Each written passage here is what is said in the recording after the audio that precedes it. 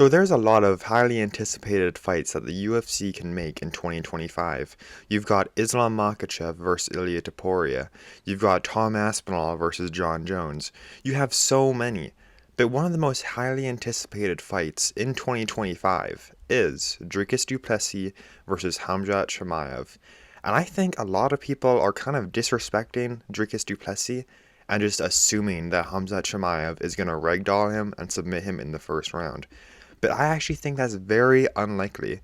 I think there is a very, very high chance that Dricus actually comes out on top during this fight. And here's why. First, let's address the elephant in the room.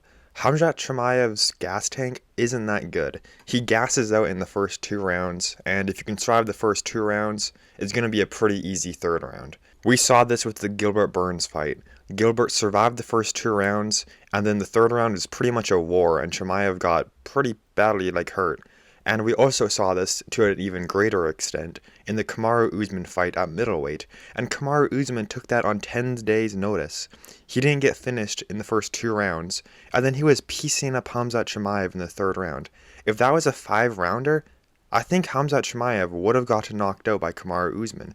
He was getting pretty badly beat in the third round. So the question really is, can Dricus Du Plessis survive the first 2 rounds with Khamzat Chimaev? And I know it's at middleweight, so Khamzat Chimaev's gas tank is probably going to be a little bit better, but he's still going to be mostly gassed by the third round.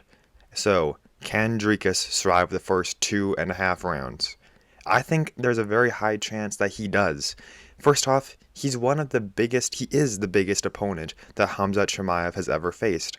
I know this is what a lot of people were saying with when Khamzat fought Robert Whittaker. Oh, Robert Whittaker is the biggest opponent Khamzat has ever fought. He's not going to be able to finish him in the first round. He's not going to be able to control him as easy as he did with other people like Kevin Holland.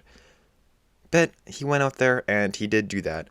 But to be fair, I do think he got lucky in that fight. If Robert's jaw didn't break, then I think Robert would have won that fight. I know it's speculation, but come on, guys. He kind of got lucky with Robert Whittaker breaking his jaw. Also, does anyone else feel bad for Robert Whittaker? I mean, it feels like every time he's one fight away from getting another title shot, he just loses. Like, he was super close to getting a title shot, and then Dricus Du Plessis knocked him out. And then he worked his way all the way back up and was about to get another title shot, but then his jaw broke and Khamzat Chimaev stole it from him. Maybe it's a sign that Robert Whittaker just can't hang with the top guys anymore. It's kind of sad to say, but look at Izzy. He clearly can't fight the top guys anymore, and they're similar age and career paths. Not age, because I think Izzy is 4 years older than Robert Whittaker, but you guys know what I mean. They both have a lot of miles on the clock. But now we're going a little off topic, so let's get right back to Dricus Du Plessis versus Khamzat Chimaev. Dricus Du Plessis is massive. He is going to be Khamzat Chimaev's biggest opponent, so, like we said with the Robert Whittaker fight, maybe Khamzat's going to have a little more trouble controlling him on the ground and submitting him in the first 2 rounds. Dricus is a big middleweight, maybe the biggest middleweight we've seen. He's even talking about going up to light heavyweight and fighting for that belt. He was going to fight Alex Pereira, but then Ankalaev had to ruin everything. And now I'm going to say something that Khamzat Chimaev fans might not want to hear, but it's kind of true. Dricus Du Plessis has a lot of heart. He actually cares about his legacy, unlike Khamzat Chimaev. I'm sorry, I said it, but I just do not think he cares. He is already extremely rich because he's friends with that dictator. I'm not sure he wants to be friends with him, but he is, and he gets a lot of money for it. And this is why Khamzat Chimaev only fights once or twice a year. Because he's already rich. He's already done everything he wants to do. He can support his family, and that's a good thing. It's good. But Dricus cares about his legacy, and he actually makes weight for all of his fights. Khamzat Chimaev misses weight almost every fight he has, and he didn't even make weight for the Robert Whittaker fight. You can see him walk up to the scale, and he seems very disappointed. It's clear he missed weight, so he stands on the weight scale, and then the people checking the weight look at it, don't let it settle, and then just wave him off and say, oh yeah, he made weight.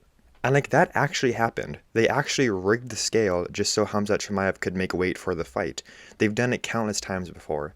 And it's because whenever they're in Abu Dhabi, and that's where they were when they rigged the scales, Abu Dhabi gives them so much money, so of course they want the Russian fighters to look good. They've done it countless times. They did it with Khabib. Khabib missed weight with the Justin Gaethje fight, but they just swept it under the rug, didn't really tell anyone, and had him fight and didn't strip him of the title. They stripped Charles Oliveira of the title in Abu Dhabi, but not any of their Russian fighters. Strange, isn't it? So that being said, when Dricus Du Plessis and Khamzat Chimaev fight, if things start getting ugly in the 3rd and 4th round, Khamzat Chimaev has a better chance of giving up than Dricus Du Plessis does. Dricus will go in there until he dies. Even when he's completely gassed out, he'll still throw punches trying to knock you out. He just doesn't stop. And that can't really be said about Khamzat Chimaev. And there's also a good chance that when that fight starts, Dricus Du Plessis is going to be the one to shoot the first takedown. I know that sounds crazy to say, because why would you shoot a takedown on Khamzat Chimaev? But it's actually kind of genius if you think about it. Let's break it down. In the first round, whenever Khamzat Chimaev shoots a takedown, most of the time he gets the takedown. There's just not really any stopping it. Even Robert Whittaker said he was so ready to stuff the takedowns, but then Khamzat Chimaev shrank down to like 2 centimeters and then jumped right back up and took him down. You just can't stop the takedowns.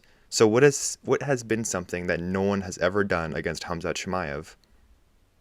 No one has shot first. No one has shot a takedown on him first. It might not be a good idea. Dricus might go right into a submission if he shoots for a takedown. But if he gets the takedown and ends up on top of Khamzat Chimaev, let's say for the first 3 minutes he's on top of Khamzat. That's going to be really bad for Khamzat because he's going to be gassing out on bottom and Dricus is going to have more control, possibly winning the first round. But to be honest, I don't think Dricus is going to win the first round of this fight, but I think it's just possible that he could shoot a takedown. And I saw a couple of Instagram comments. I know it's Instagram, so half of those people are brain dead, but they were saying that Khamzat Chimaev actually has better striking than Dricus Du Plessis.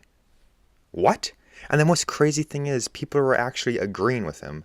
If you think Khamzat Chimaev has better striking than Dricus Du Plessis, then I want whatever you're on. It must be good, because there's no way Khamzat Chimaev could piece up Sean Strickland the way Dricus Du Plessis did for 5 rounds. That's impossible. If Dricus survives the first 2 rounds and they get onto the 3rd, 4th, and maybe even 5th, there's a very high chance that Khamzat Chimaev is going to get knocked out. It's just going to happen. And I'm fairly confident. I think there's a 75% chance that Dricus wins this fight and Khamzat Chimaev has 25%. Let me guys know what you think in the comments below though. There's also a second elephant in the room that not a lot of people are talking about, but why is Khamzat Chimaev getting a title shot? There is so many more people in the middleweight division that deserve it more than him. He broke Robert's jaw, yeah, but again, that was pretty much luck.